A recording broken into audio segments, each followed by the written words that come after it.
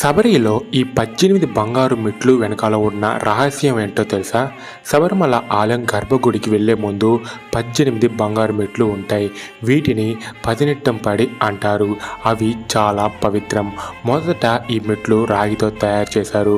కానీ ఆ తర్వాత భక్తులు సమర్పించిన బంగారంతో వాటిని కప్పారు.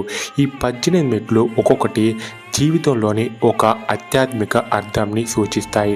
మొదటి 5 మెట్లు మన ఇంద్రియాలు, అంటే చూపు, వినికిడి, వాసన, రుచి, స్పర్శ. ఆ తర్వాత 5 మెట్లు మన క్రియలతో సంబంధం ఉన్నవి, అంటే మాట, చేతులు, కాళ్ళు, మల విసర్జన, ప్రజనన.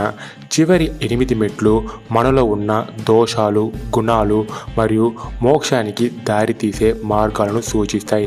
అంటే భక్తుడు ఈ మెట్లు ఎక్కడం అంటే తన శరీరం, మనసు, ఆత్మను పవిత్రం చేసుకోవడం అని.